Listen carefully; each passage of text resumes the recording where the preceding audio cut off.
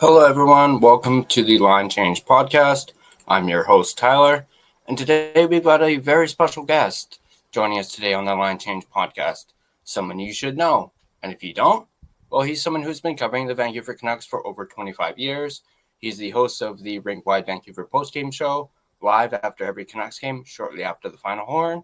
He is also a senior writer for Canucks Army, as well as a contributor on Paterson Price, as well as Canucks Conversation. Of course, all those shows are part of the Nation Network. He is the one and only Jeff Paterson, J-Pat. Thanks for coming on the show. Hey, thanks for inviting me. All right, so I have some questions for you to start. I am a little nervous. It is the one and only J-Pat, of course.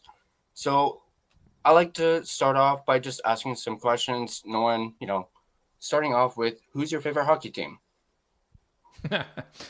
Born and raised in Vancouver, I guess I grew up watching and cheering for the Vancouver Canucks. I think over the years, when you get into this business, the fandom sort of leaves you a little bit, and you start to look at things a little more analytically. And my job as a reporter is to tell the stories of the hockey club. So, do I sit there actively rooting for the Vancouver Canucks? No, not anymore. But I will say this: I do want to see them win a Stanley Cup. I want to see them win a cup while I'm still covering them.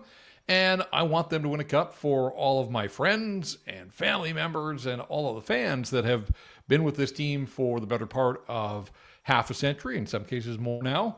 Deep down, at some level, I want to see them win a Stanley Cup. And I'll tell you this much, that people say, I hear this all the time. And certainly in the last decade, I've heard this a lot. You guys must love all the drama, the losing, the misery. It's great. It gives you guys things to talk about. After a while, there's a real sameness to it all. I want to cover good hockey. I want to cover playoff hockey. I want to see Quinn Hughes and Elias Paterson and Thatcher Demko play the highest stakes games possible for these guys. And that's why the 2 rounds of 2024 were so much fun. But you got to tell yourself that was just 2 rounds and that they were nowhere close to winning the Stanley Cup. Yeah, they got to Game 7 in the second round, so they were close to a 3rd round appearance. But the longer I do this, the more it feeds this sort of need of mine to cover playoff hockey. I was lucky enough to be there every step of the way in 2011, and they got that close. Was there for Game 7 on June 15th, the aftermath as well. But I want more of that. That's what I want. So, not really in a position where they're going to contend, I don't think, next season, but hopefully they are building to something better than they've been over the last 10 years. Absolutely. Do you have a favorite player, either currently or from the past? There have been so many good ones, and even though the Canucks haven't won the Stanley Cup, they've had a lot of really good players, and I've been fortunate, to follow this team since the late 70s and in a professional capacity since the mid-90s. And so just in my time on the job, the Sedins are right at the top of everybody's list on and off the ice. But there are so many good ones, and, I don't want to leave guys out. So, just when I think of Alex Burrows was always, Alex Burrows was about as normal a guy as you're going to find playing professional sports. And I love the fact that while he played hockey, he had an interest in so many other sports, whether it was the CFL or tennis or you name it. You just talk sports with him, and always felt like just a regular guy. Brendan Morrison was much the same in his time as a member of the Vancouver Canucks. So there's lots of good guys, and for the most part, the number of good guys exceeds the number of problem cases or difficult ones. And like over the length of time I've been doing the job, and the fact that the team hasn't won the cup, there have been some guys that have been a little disgruntled over the years. But for the most part, they understand that in a market like Vancouver, there's going to be media attention. There's going to be media members in the locker room after games and practices. And most of those guys handle that side of the job with the professionalism that you would expect. Mm-hmm. Do you have a favorite moment or memory that stands out to you? I think I'm like a lot of people. The Slay of the Dragon was just... when you think of the stakes there of 3 straight years against the Blackhawks and letting the 3-0 lead get away, and I, in my heart of hearts, I do believe that they would have blown the Canuck organization apart. I think Alain Vigneault would have been gone. I don't know if the Sedins would have survived. They needed that win. And the way that game unfolded with the late lead and then giving up a shorthanded goal and then killing a penalty in overtime and ultimately Alex Burrows pulling the trigger, that's right up there. BX's goal to punch the ticket to the Stanley Cup final. Again, those home games during the final were incredible. Road games. Maybe we won't spend too much time talking about what happened in Boston, and ultimately Game 7 didn't go the Canucks' way. But I think for me it's the high stakes. But I was lucky; like my time covering this team has sort of mirrored the Sedin's time in the NHL, and so just to watch those guys develop into top line and then like best in class and Hall of Famers, and some of the moments that they put on. But I go back in my fandom, like. I was there in 1982 at the Pacific Coliseum for both of the Stanley Cup final games against the New York Islanders. I was a young kid, and this idea of seeing the Stanley Cup final presented, like that was pretty cool, even though it was the Islanders. And then 94, Pavel, his debut, just watching the emergence of Trevor Linden. So on and on it goes. But I would have to say that slaying the Dragon... I guess I just wish it was deeper in the playoffs. It was first round, but I think people in Vancouver understand all that was at stake and why that moment stands out even all these years later. So, let's go with the Dragon Slayer. All right. This is something I asked everyone who I have on. What's one thing you would change in Canucks history? One of the Game 7s, obviously, against the Rangers or the Bruins.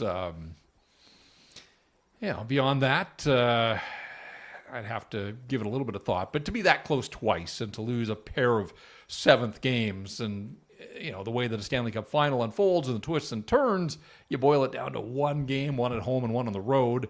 And they played well at Madison Square in 94, but that was an incredible Rangers team. And, I guess I'll go to my grave thinking that the Canucks were the better team on paper than the Boston Bruins, but the Bruins figured out a game plan and a thing that worked to neutralize many of the Canucks' top players, and they stuck with it, and credit to them, because ultimately it doesn't matter what your regular season record is, it's can you win 4 out of 7, and the Bruins did manage to do that, and to come back the way they did, being down 3-2. The statistics tell you, every spring you see the statistics about when a team takes a 3-2 lead in a series, they go on to win 80% of the time, not the Canucks, not in that case. So, I guess... I would say I would change 2011 because it was a home game. Not that I don't think Canuck fans care if this team wins the Stanley Cup home, away, on the moon, whatever. They just want to see them win the Cup. But to have a chance to do it at Rogers Arena, what might have been. But I think that is the easy answer. Beyond that, there's some draft choices that they'd probably like a second crack at, and some managerial decisions, maybe some coaching hirings as well. But if we're just looking at a surface level, I would have to say Game 7 in 2011. Just go back, tweak a few things, and get it right. Absolutely. How different is it covering the Canucks when you first started to now? Really different. When I broke in, the internet didn't exist. That's how old I am, and we wouldn't be doing a digital podcast like this one back when I started. And so it was way more about telling people, what happened at games and practices, because 18,000 people could go to the Coliseum, but, there was a point in time where not every game was on television, and now practices live in real time. People are streaming them, tweeting out line combinations, and so now it's more about either telling individual stories or really digging down for scoops and information that other people don't have. So, like when I think of the press box when I first started, there were so many radio stations in Vancouver that covered the Vancouver Canucks, and now there's one, and they're the rights holders, Sportsnet 650. They're the only radio station, they're the only radio station left talking sports on a regular basis, but they're the only one that covers the Vancouver Canucks. And so when you go up and down press row now, there are so many digital outlets that didn't exist when I began. Again, the idea of being able to update in real time during games, that kind of stuff didn't happen. It didn't exist. So, it's changed an awful lot. And I think in some ways, I think it's for the better when I think of some of the work that's being done and opportunities for guys like yourself to fire up a podcast and talk Canucks. Like a young me would have loved that opportunity, but it didn't exist. I came through a process where you actually had to apply for jobs and get hired. And I'm not saying this is better or worse. It's just the way it was that you had to impress a boss and do enough to convince him or her to give you an opportunity. Now, people on their own with podcasts and blogs, I'm a big believer that good work is always going to find an audience, but there's just so many different avenues to entry into covering the Vancouver Canucks. I look at a guy like you. You're maybe not at the rink every day as a beat reporter. You've got a podcast. You're talking about the Vancouver Canucks. Like you're covering the Canucks. You're starting a conversation about the hockey club, and so many people are able to do that. And so it's different. And again, I think it's allowed so many more people to express themselves and to come up with storylines and ideas and just the statistical analysis that's done now of the sport of hockey, not just in Vancouver, but everywhere. Again, that's a whole sector that really didn't exist. When I broke in, we all looked at goals and assists, and that's how we rated players. And now when you look at the data that's available and the different ways to analyze and assess. But again, I think I'm a big believer in information. And so I think the more, the better. And so I like where we are in terms of covering the Vancouver Canucks. I just hope I keep getting a chance to do it. And I hope that eventually they get back on a swing that makes them a regular in the playoffs and ultimately gives them a shot at taking a run at a Stanley Cup. Absolutely. I did want to mention, of course, I mentioned you were a contributor on Garrison Price, a show that I watch regularly. I love watching it. Matt and Blake are amazing. I actually had the chance to meet Matt at a watch party, so that was really cool. I did want to mention, last year, like particularly last summer, watching you guys, it actually was a escape for me, as not to get sappy or anything, but I lost my mom last year. So I was going through a really difficult time, and then just watching you guys on Garrison Price was an escape for me. So I just wanted to thank both you and Matt and Blake for that, as it really let me, just not think about what was going on and just think, Canucks and the off season. So I just wanted to mention that. And then also, while I was doing some of my research, I heard about the Botchford project. So I know you were very close with Jason. And of course, looking into him, it really hit home for me, because there were very similar circumstances from his passing to my mother's. So that really hit me like real hard. And, obviously Botchford Project alumni, Quads, Faber, Noah Strang, Easy Chung, Cousin Cole. What was it like working with Botch and continuing his legacy through the Botchford Project? Yeah, it was a ton of fun. He was a character. He was an innovator. He was certainly unique in the way that he approached mixing traditional media with where we are now with the electronic media and trying to have fun. I mean, ultimately, we cover this team, but it is showbiz. It's entertainment. It has to be. Otherwise, people are going to look elsewhere and find people that are giving them what they want. And Botch understood that. And as good as his work was for the newspaper and then ultimately online, I think some of his best work was done electronically, whether it was filling in, hosting radio, or, I'm so fortunate to have had the opportunity to start the Patcast with him. And, it is a great regret of mine that we don't have the opportunity to do it in 2025. When I look at where podcasts have gone, we weren't the first by any means, but we certainly got a foothold in the market in that area before the proliferation of podcasts. And I wonder where ultimately the Patcast could have taken us. And it was funny because I remember we did a live Patcast at Woody's Pub out in Coquitlam. And a guy pulled us aside afterwards and said, like, I'm telling you now, this is going to be your meal ticket. Years from now, you guys are only going to do a podcast. That's it. And I, at the time, thanked him and kind of laughed a little bit. And now I look and, basically with Rink Wide and my hits on Garrison Price and Canucks Convo and stuff, I mean, essentially I am a professional podcaster, which in many ways still kind of blows my mind. So, Yeah, look, like Botch, like anybody, he had his days. He could be mercurial and sometimes a little difficult. We butted heads from time to time as well, but that was part of the show. The show was completely unfiltered. We never talked about, hey, let's do this and this and this. I cover the Canucks, he covered the Canucks. I always believe if two guys that do that for a living can't get in a room and just start hammering out Canuck conversation, maybe I can't use that trademark on the title, a Canucks discussion, how about that? And so it really was authentic in that sense that when we hit record, we had no plans. We both sort of saw the humor in the day-to-day of covering the Canucks and road trips and travel and some of the challenges that presented. And some of the best stories that we had on the podcast were travel delays and lost luggage and all that kind of stuff that I think just kind of ultimately what we tried to do was, yes, talk Canucks, and eventually we would get down to the topics of that week, but we tried to pull people behind the curtain of the job that we had because we knew we were lucky. Like, this is the kind of job that tons of people would want if they could have it.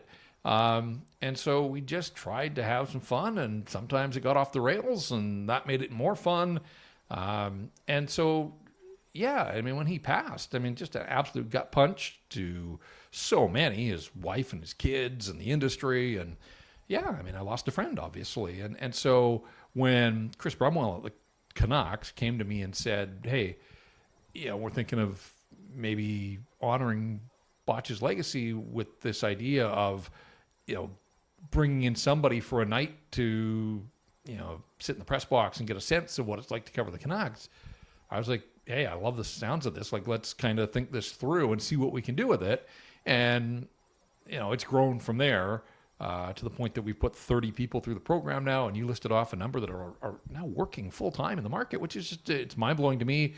But so many of them are doing what they're doing because of Botch. And so what a way to honor him and keep his legacy alive. And, I've become pretty close friends with his wife, Catherine, who moved back to the Toronto area to be closer to family, obviously with 3 young children.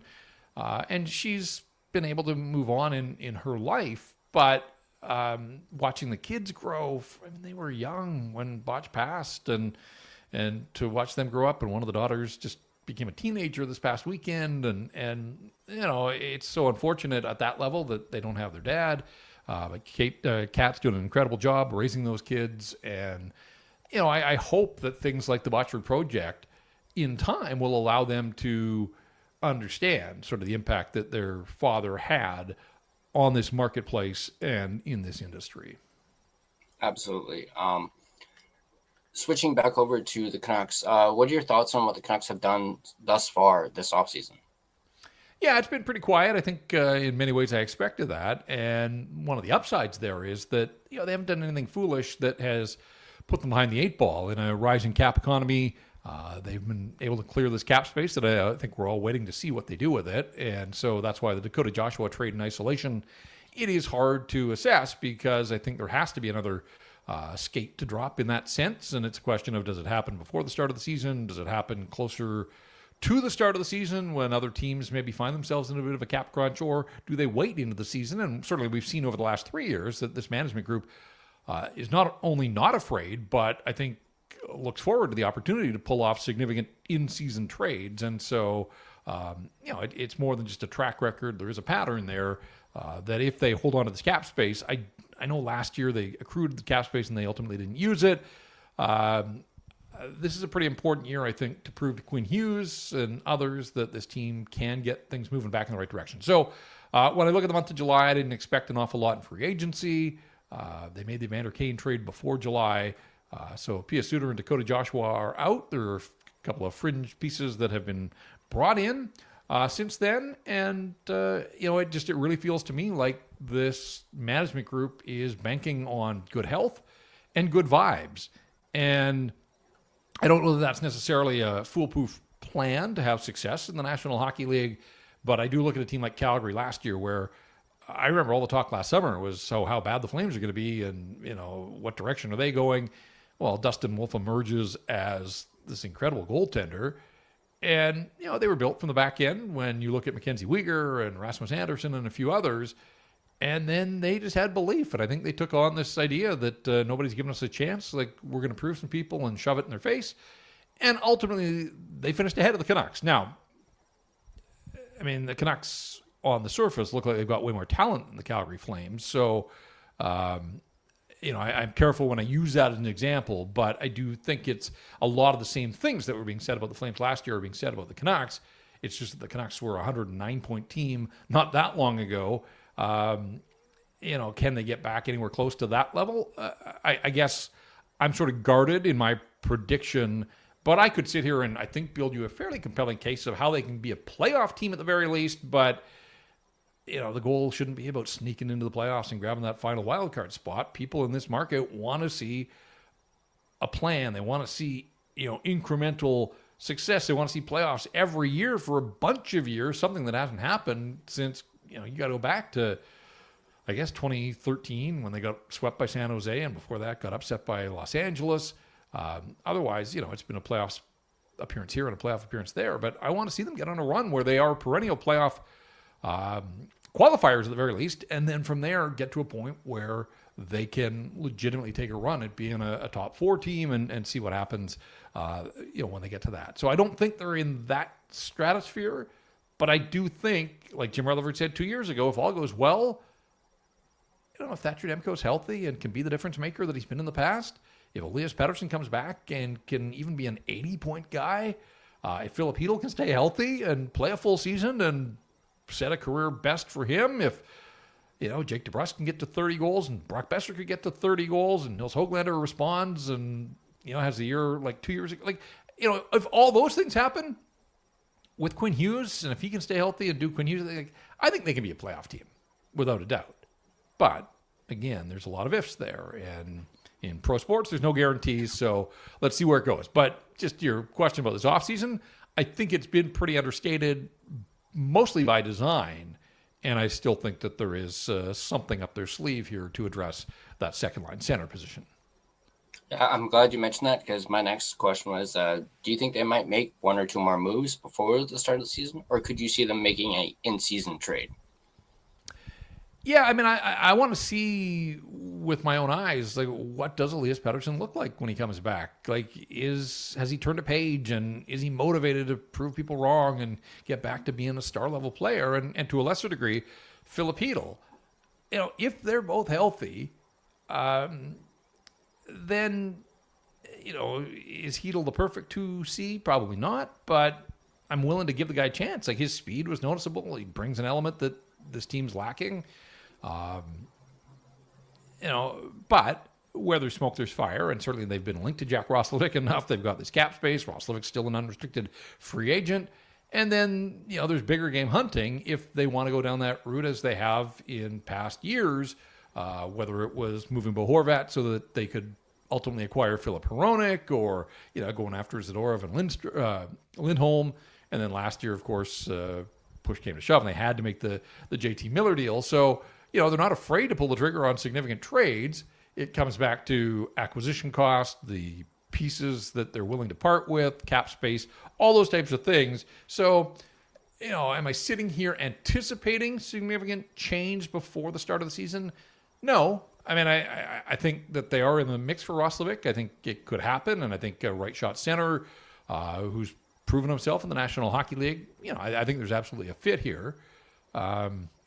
But if that one doesn't happen, if you can guarantee me that Elias Pettersson and Philip Hedl are going to show up at camp healthy at the very least, that doesn't mean that they're going to stay healthy, certainly in Hedl's case, but I could see a world in which the Canucks enter the season with those as their top two centers.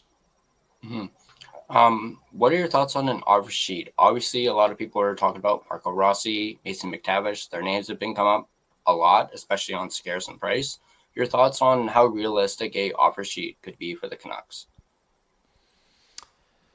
Yeah, I guess I'm a little leery. I thought this might be the summer of offer sheets, and yet we got through the month of July. And no, it didn't happen after what we saw last year with St. Louis. And that was, sort of a perfect storm. They recognized a team that was up against it. They went for the double offer sheet, which was pretty creative and unique. Rising cap, most teams have that flexibility to match. It's a question of, do they want to? And in Anaheim's case, they've still got a ton of cap space, so I don't think you can really put them up against it. But look, Mason McTavish is a young player, big body centerman, who's got some pedigree already at the National Hockey League level. There's an awful lot to like there. And the Ducks have a ton of young players, and you wonder if they can afford to keep them all coming out of their entry-level deals.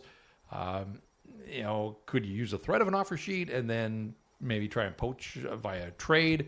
Marco Rossi, much the same. This guy, a 60-point player already, well before the age of 25. That's intriguing to me. I like McTavish's size. I think that sort of fills a need more than Rossi. And so when I look at Marco Rossi and I think, okay, this guy's done an awful lot, relatively young in his career.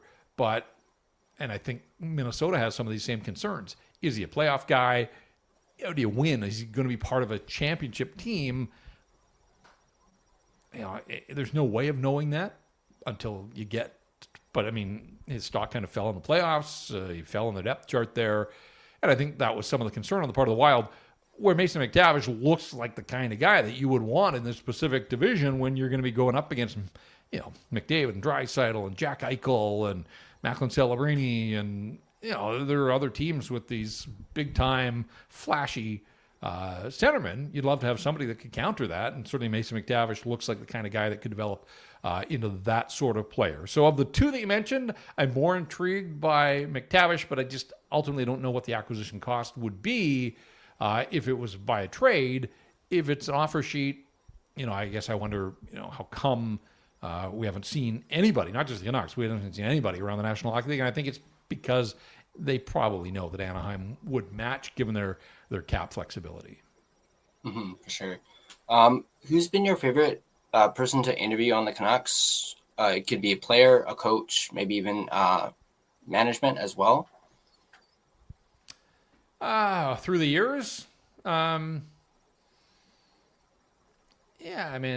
Alain Vigneault was terrific to work with. Most of the coaches that I've covered have been pretty good to deal with. Even Torts was a ton of fun.